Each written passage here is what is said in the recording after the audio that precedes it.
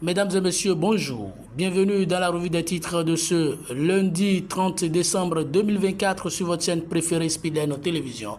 C'est le potentiel qui ouvre le bal de ce numéro. À la une, taxe de 1% sur les paiements en espèces supérieurs à 100 000 francs CFA, bancarisation et transparence économique, deux arguments convaincants de la DGI. Nicolas Yenoussi lève ainsi le doute et met fin aux vaines polémiques autour de cette réforme fiscale.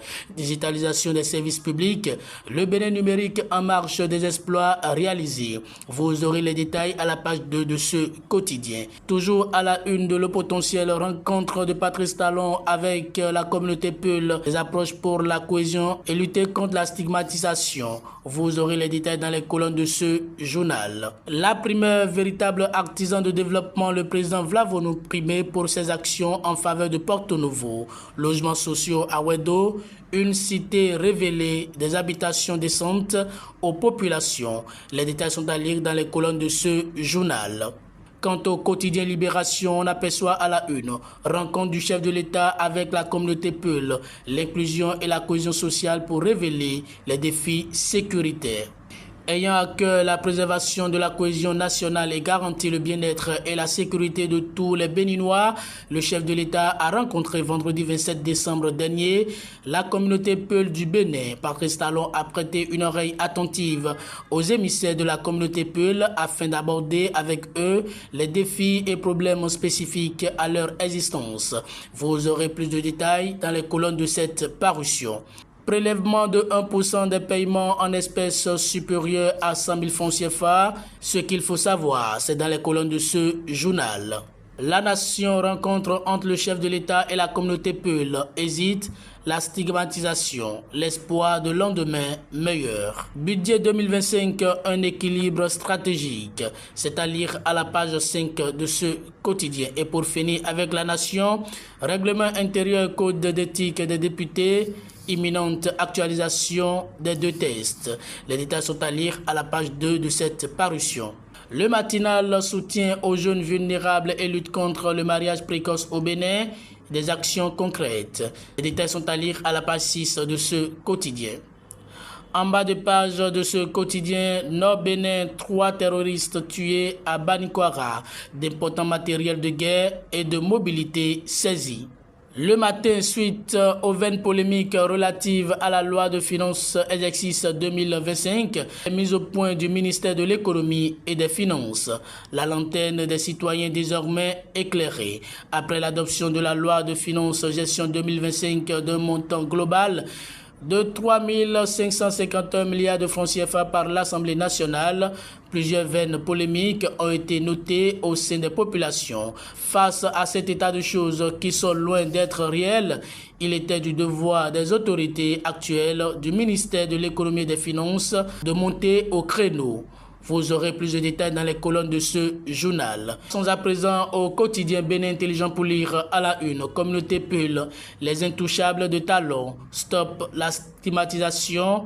Une audience de vérité et de paix à la présidence. Abdoulaye Boubaya, l'audience a permis de dénoncer plusieurs abus. Vous aurez les détails dans les colonnes de ce journal.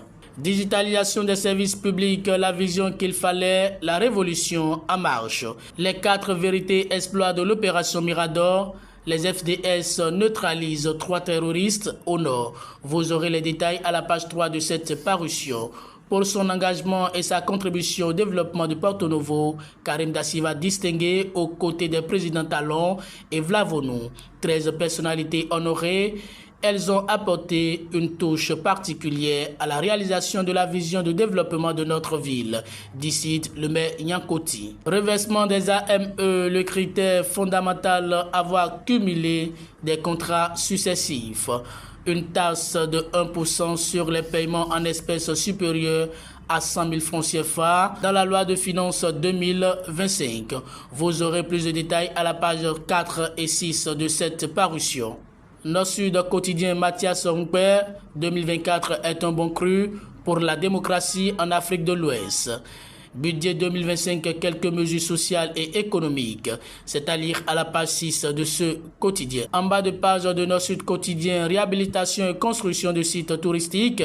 Un vaste programme en cours à Porto Novo. Vous aurez plus de détails à la page 10 de ce quotidien.